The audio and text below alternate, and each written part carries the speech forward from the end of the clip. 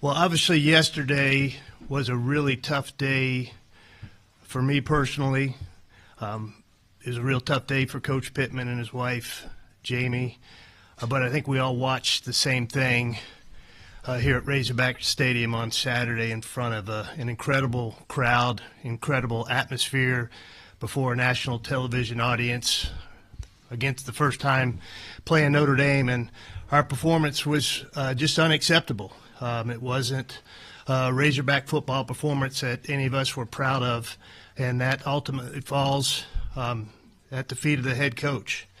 And I'd often, through his tenure here, given Coach Pittman a lot of credit for how competitive we had been in the past 6 years, and he had gotten a lot of credit for those one-score losses. But at some point in time, as a director of athletics, I had to hold him accountable for those one-score losses as well. So the culmination of what happened on Saturday and then a couple more one-score losses, one at Memphis and one at Ole Miss, just felt like it was time to make a change in the leadership of our football program. I met with Chancellor Robinson and President Silveria after the game on Saturday, woke up Sunday morning with a great sense of peace that this was the right decision at the right time, heading into a bye week. Made that recommendation to Chancellor Robinson. It was approved by the board. I went to visit with Sam and Jamie at their house, ironically at their kitchen table, which is the same place that I hired them at in Athens, Georgia 6 years ago. As you can imagine, Sam was incredibly gracious, incredibly thankful for the opportunity that he had had to be the head coach at the University of Arkansas, and made a really tough day as well as it could for me as a director of athletics. I then met with Coach Petrino at my house, asked him if he would be willing to serve for the remainder of the season as our interim head football coach, and he accepted that opportunity. And with that, we will open it up for any questions for Coach or myself. Go ahead, I'm wondering, Hunter, on the decision to fire Sam, did the timing of things that have come with the portal being moved to January, does that make it an easier decision on when to change coaches and stuff versus maybe in the past when Sam hasn't had success and December portal opens? I mean, the portal is a key factor in this, but I think more than anything, it was just heading into a bye week, to have a transition with the head coach, having a bye week before we head to Tennessee. This was kind of a natural point to make that. We've got another bye week coming up later in the season, but I just felt like how we performed on Saturday gave me a little indication that maybe Sam had lost the team a little bit, because they generally have played really hard for him throughout his tenure. Coach Petrino, I'm sure you didn't come to paint. You look like you've made a lot of decisions early on with changing up the staff. Can you talk about what went into those decisions, and then also the opportunity in front of you, because I'm sure you would consider this as an audition? Yeah, first let me say how thankful I am to Coach Pittman for bringing me here and giving me this opportunity to come back to a place that I love. Very grateful for Hunter and Chancellor Robinson and the Board of Trustees for allowing me to come back a year ago and be an assistant coach here, and then being able to do this. You know, whenever you make a decision, you base it off of, number one, what's best for the team. Number two, what's best for the individual players. And I felt that, you know, it was in our best interest to do what we did this morning, for our players to improve individually, get a little bit more motivated, and I think it'll help our team overall get out on the field and compete and find ways to win a game. Hunter, I'm curious, is Sam's buyout, is it exactly how it's laid out in his contract, or did y'all negotiate that at all? Yeah, we negotiated in the middle of, you know, right now he's at 75%. If we'd waited till October and if the season continued the direction it was, he would have fallen below 500. So part of our meeting was getting his representatives on the phone, and we landed at a sweet spot for both of us. I thought the 62.5%. It saved the university about $1.5 million and kind of fell between that 50 and 70% mark, 75% mark. And then moving forward, when you're looking for the next head coach, are you confident that there are resources in place. You're going to be able to attract, quality candidates, especially given your recent comments? Yeah, I mean, coming out of our board meeting last Friday, I received kind of a charge from our board to come back to Chancellor Robinson and then with a plan of how we can increase the head coaches pool, the assistant coaches pool, the support staff pool, the operational pool moving forward, and how we would support the increases in that. And I'll have an opportunity to do that in the next couple of weeks, and I truly believe that we will have everything that we need in place to attract the best head coach for our program and give that head coach the resources they need to be competitive in the SEC. Coach, what might you be able to do to help improve defensive play moving forward? And are there any other changes imminent to, fill the spots that are lost? Yeah, I mean, the first thing we have to do is get back to the principles of good defense, which is get into a great stance, get into a great alignment, run full speed to the football, shed blocks, and tackle well. To stop people on offense, you have to stop the run first, and we haven't been able to stop the run first. Some of it's been our fits by our linebackers. Some of it's been errors. So we're looking right now at really finding out what our base defense is going to be from here on, and then build the package out of that and simplify a little bit. If we simplify and play faster and full speed, then we'll have a better opportunity to stop people. It's been a whirlwind the last couple of days, but I wonder if you've met with the team, and if you haven't, like what your message might be. And then, Hunter, will you meet with the team as well? Yeah, the plan was to meet with the team this afternoon at 2:30. I've seen a lot of the players individually around the complex this morning, but team meeting's at 2:30. What might be your message at that point? Well, we got a number of things to talk about, but number one thing is that you have to get used to change. Your whole life there's going to be change. So how we handle that, our attitude on how we handle that, our positiveness on how we handle that, will determine how quickly we improve. We're going to improve. That'll determine how quickly we improve. Hunter, will you have an address there too? And so many of the players on defense loved Travis Williams. Just maybe what your thoughts are there. Yeah, I will be a part of that meeting, kick off that meeting, and talk about some of my reasons behind making that change. And like Coach, we still have 7 games left in this season. I think we still have a really good football team in that locker room and have the opportunity to win moving forward. And there is going to be a change and a lot of change and adaptability by these guys, and I think that's why the bye week is really key for that. And that will be similar to what Coach is saying about change. Change is a part of life. And how you respond to change will really tell you a lot about your life moving forward. And so I think we've got some really good kids in that locker room that will respond well to this change. It's not going to be easy for them, but that will be my message to them. Hunter, obviously you were the one that hired Coach Pittman. I'm wondering, as you kind of enter a second coaching search, whether it be Coach Petrino or somebody else, what maybe did you learn from 6 years ago that you can take into this year? You learn something from every coaching search. They all take on a life of their own. We've got a little bit longer runway on this coaching search and have a chance to get out ahead of that a little bit. Coach Petrino, as we met yesterday, I mean, he accepted this opportunity with the understanding that he also wanted an opportunity to formally be a candidate for our head coaching position, and he will have that opportunity. But we'll also subsequently run a search for our next head coach at that same time. And I've got a little bit longer runway to do that and to do my due diligence and do some really good research, and we'll find a good candidate, whether that's Coach Petrino or someone else. And then Coach Petrino, obviously Coach Smith will take the title of OC, even though you'll keep the duties. Just maybe, does his role maybe formally change at all, or what kind of do you see on that side of the ball and some of the changes there? Yeah, his role will change a little bit. There won't be a time where I'll have to step out of the room more. I won't be in there at some parts of the game planning. Colby's a guy that played for me many, many moons ago and played professionally for the Chiefs, did an unbelievable job. He's been handling a lot of things anyway, like when I decided to make the decision to go up in the box, and he's handling the pregame information with the players and some of the things at halftime after I have to leave.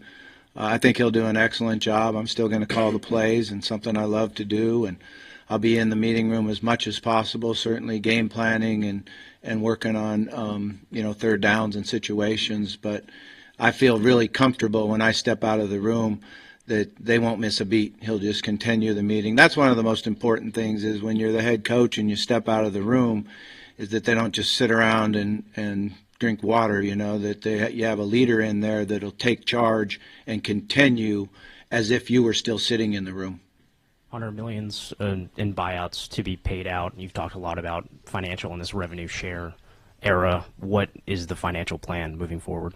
For the buyouts, we'll pay those out over the next 3 years, most likely from reserves in the Razorback Foundation, but we have the resources to pay those buyouts, and we don't have any lump sum payments other than Coach Pittman's retention bonus. Everything else will be paid out over the next 3 years for him, and the assistant coaches all have roughly a year and a half, but the assistant coaches all have a duty to mitigate within their contracts as well that will help bring the value of those buyouts down. And Bobby, some defensive players took to social media with a thumbs down after this morning's dismissals. What's going to be your message to them? Yeah, I mean, pretty much what I said. We all got to learn that there's change and there's things that happened. I think in football you have to always talk about courage and being courageous, and I think that's part of what we have to do now as a team is understand that we all have to take the arrow in the forehead. We didn't win Saturday. We didn't perform like we needed to offensively. We didn't do it defensively. We didn't come up with any big plays on special teams. So it's all of us, and we just got to get together and become one. That's, I think, one of the issues we've had is the separation in offense and defense. We need to be able to come together as one unit.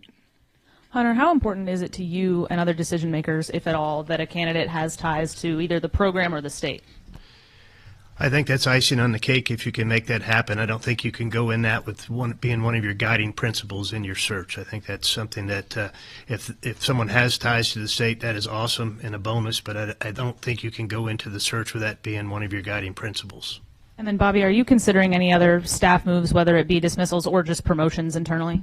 We think that there's a possibility that we might need to add somebody to the staff for one of the positions. We're looking into that and certainly going to move as quick as we possibly can, but want to make sure it's the right person. Bobby, for you, nationally, this job may not be viewed as something that's premier, but you lived it at its highest level. How special is this place whenever it's right? It's a special place. I mean, that's why I'm so fortunate that I was able to come back here, and I think that we've got to get it back to that special place where everybody in the state is behind the Hogs and everybody is proud of the Hogs, and that's our job. We got to go out on the field and give the energy and the competitive spirit and show the heart that we have in playing the game of football so everybody can be proud of us, and that's what we've got to try to do here the next 9 weeks is make sure that we can unify the state. Hunter, is a bit of a follow-up to what Matt was asking there. This is naturally a very, very expensive process. As best as you can explain, will money in any way be a factor?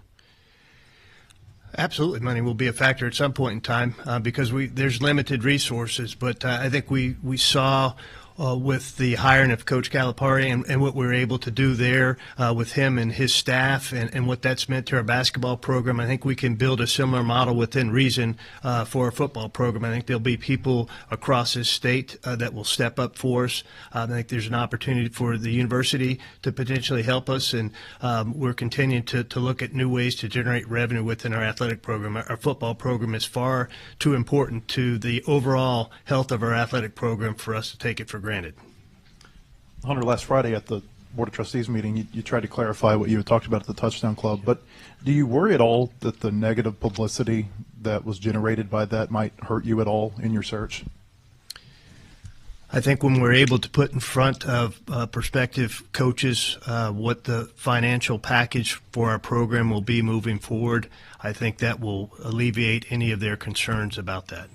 And, yeah, I mean, as you well know, AD jobs oftentimes are tied to the success of a football program. Do you think you're going to be able to lead this search?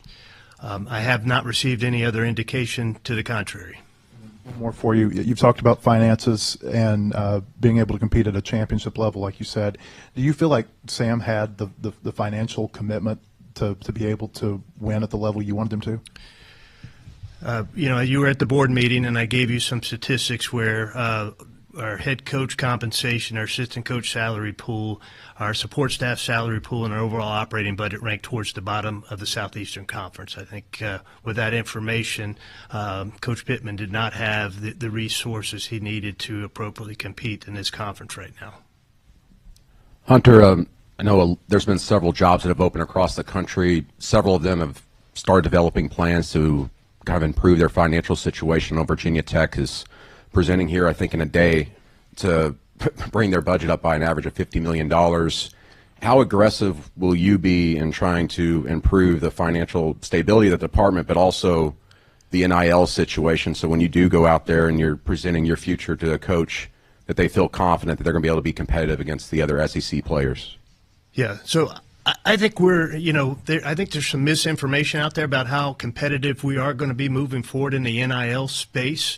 We've had over $500,000 of agreements that have gone through the NIL Go system by way of our student athletes. It's roughly $15,000 per agreement. The national average is about $5,800.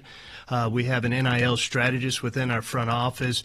Our team at Learfield is actively soliciting opportunities for our student athletes to have NIL agreements. We're at full level, the cap from a revenue sharing standpoint. So whoever the next football coach is going to have the resources from a revenue sharing percentage and NIL to compete within this conference.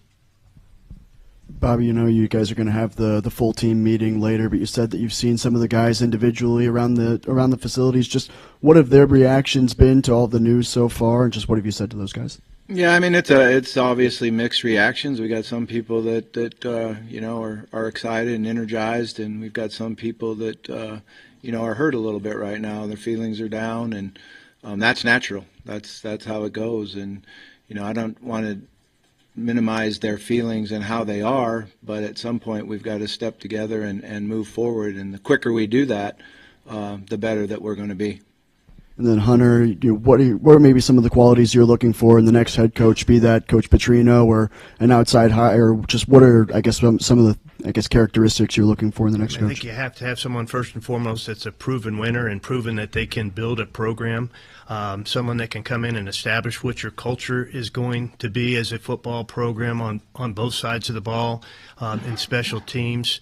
You want somebody that can that has some energy and can re-energize this program and re-energize our fan base, ties to what it means to compete within the Southeastern Conference, I think is really key.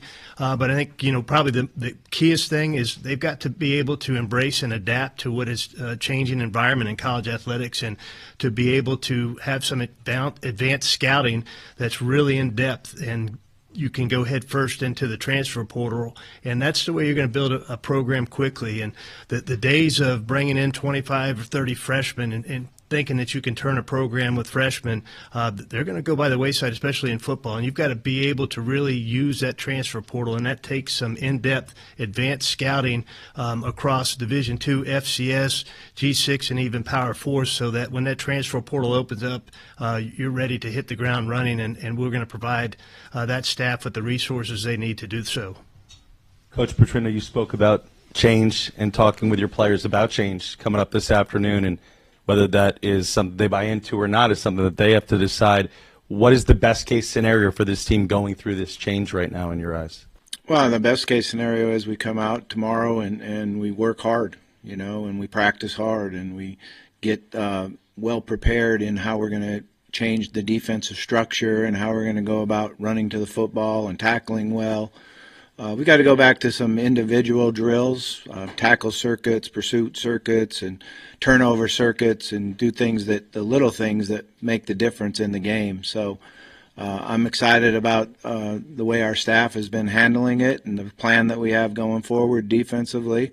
offensively, we've got to get back where we get the ball across the 50-yard line and we go score touchdowns like we were early in the season. And that hurt us the last 3 halves, that we weren't able to convert touchdowns when we crossed the 50-yard line. So we're going to continue to work hard on that. And then we got to come up with a way where we can make difference-making plays in special teams. Right now in special teams, we haven't had a big return, block punt, forced fumble that turns into points. So to score a lot of points, you have to score in all 3 areas. And then for you, Hunter, just curious as coach about the schematics of the team. What do you want to see out of what would you ideally see out of the fans here in the last 4? You still have 4 home games left. Obviously a tough one over the weekend, but with Coach Petrino, you talk about energy, excitement. What do you expect the fans will show back to you? Well, I mean, we have one of the most passionate fan bases in all of college athletics, as demonstrated by what we saw Saturday at 11 a.m. as they showed up. And you see that across all of our sports. And so I hope our fans will come out and give these kids 100% support. And I hope in return, the kids that you see on the field will give 100% maximum effort and show that energy. And I think this is a state that, boy, if they see that team playing really hard and carrying some of the characteristics that Coach is talking about, they'll get behind him, win, lose, or draw. But they want to see that effort. I know our fans want to see that effort on the field. And I think that was something that was really glaring Saturday, that there was not a great deal of effort. And I think you'll see that change as we move forward. Coach, in the past when you've talked to us, you've talked about how much you've enjoyed being back in the classroom with the quarterbacks and doing all the offensive stuff. What makes you want to take on more than that now? What makes you interested in the head coaching job again? Well, I love the game of football, and I love the University of Arkansas and the Razorbacks and being back in the state. And I was asked if I would want to come back and serve as the interim head coach, and I felt, like it was my duty to do that. And I'm going to give everything I possibly can do. We've got a lot of areas that we need to improve on, but there's a lot of fun work ahead of us, and we're going to attack it with a positive attitude. Make it fun. We've got to make our players enjoy being in the building. We've got to make them enjoy going out on the practice field. Our coaches have to understand that we've got 9 weeks ahead of us, and how we handle those 9 weeks and how we improve and show the quality of the play on the field help determine all of our coaches' futures. So that's how we're approaching it. Hunter's also said, though, you are interested in the full-time job beyond just the interim role. Are you confident in your ability to navigate all the things Hunter just laid out with NIL, transfer portal, all that kind of stuff? I am, but my focus right now is 9 weeks. That's where I want to put my whole area into. Is we've got a team sitting there, players that need to be uplifted, and it's our job as a staff to go in there and show them how we can be successful and have fun with it, but also get out on the field and compete like Razorbacks compete. And then for either of you, with the coaching change, there's a 30-day window for the portal. Have any players indicated that they intend to enter, or do you anticipate that happening? We have not had anybody that has entered yet. I think they need to just understand what it is all about. A time to enter right now is really does nobody any good. It's not where they can transfer and go play and do that. I think all the players need to understand, like the coaches, they've got 9 weeks to really brand themselves and show their quality of play on the field. Some guys will be going into the NFL, and these 9 weeks will determine how they do that, where they go in, how they're slotted. Some guys will transfer in the portal, and these 9 weeks will see how they get paid going into the portal. And then some guys will stay here, and their futures will get better and better because of how they handled these 9 weeks. Hunter, Bobby just said he's focused on these 9 weeks, but obviously in the release you guys had yesterday, he's going to be a candidate. What do you want to see from him over the next 9 weeks that can maybe elevate himself as a candidate for the full-time role at the end of the year? Yeah, I think just demonstrating just great leadership of this program, and I mean we're in a tough spot today. Like this first meeting is going to be really tough because there's a lot of guys in that room that are going to be disappointed with the change of Coach Pittman and the change on the defensive side of the ball. And so I just want to see dramatic improvement just in the effort of our team on both sides of the ball and how they execute. It's not about necessarily wins and losses at this point. It's not fair to evaluate him on that moving forward. Does that make sense? And I told him, I don't expect him to come in with some magic pixie dust and we're going to go 7-0 the rest of the way with the schedule that we have. But I want to see a team that is much more competitive than we were, especially on Saturday. I want to see that team Ole Miss is ranked 4th in the country this week. We're 3 weeks removed from having the ball on the 25-yard line with 2 minutes to go. They most likely were not going to stop us if we don't fumble that ball. Our season could look totally different if we push that ball in at that game. And so we got a good team in that locker room. We got to find that good team again and get them back out on the field when we head to Knoxville in 2 weeks. You kind of touched on my next question. It seems like this kind of accelerated. Is that fair to say that, given where you guys were against Ole Miss, that maybe these 2 losses against Memphis and Notre Dame have just kind of really accelerated this? Absolutely. Yeah, I did not see the performance that I saw Saturday coming, quite honestly. I thought we'd be really competitive in that game and that we'd come out with a lot of energy and a lot of passion and a lot of fight. And I don't think any of us saw that on that field on any aspect of the game. Hunter, is there any thought to making an in-season change that it gets you maybe ahead of the curve in terms of being able to talk to potential candidates? Sure. Yeah. I mean, you obviously get ahead of anybody that's going to make a change anytime later than you make a change. It's really sensitive because you've got you're most likely going to be talking to coaches that have positions at other institutions, and some are going to want to talk to you, or some are not going to want to talk to you during their season. And I have respect for both of that. And so you don't want to lose a candidate because they want to wait till the end of the season to have any dialogue, but you can definitely start vetting some people in advance of others. And Sam had a provision in his contract that said that he wouldn't have to mitigate after he turned 65 next year. Is that, as part of this restructure, does he have to go and try to find another job? He does not. As part of our settlement and him coming down to the 62.5%, we removed that duty to mitigate, so he does not have that clause in his contract any longer. Bobby, considering the fact that kids are going to be jumping in the portal or can jump in the portal, you've got coaches that are going to be looking for new jobs, or at least they're going to be putting out feelers. How hard will it be to get the staff and the players to just focus over these next few weeks and concentrate on games versus their future?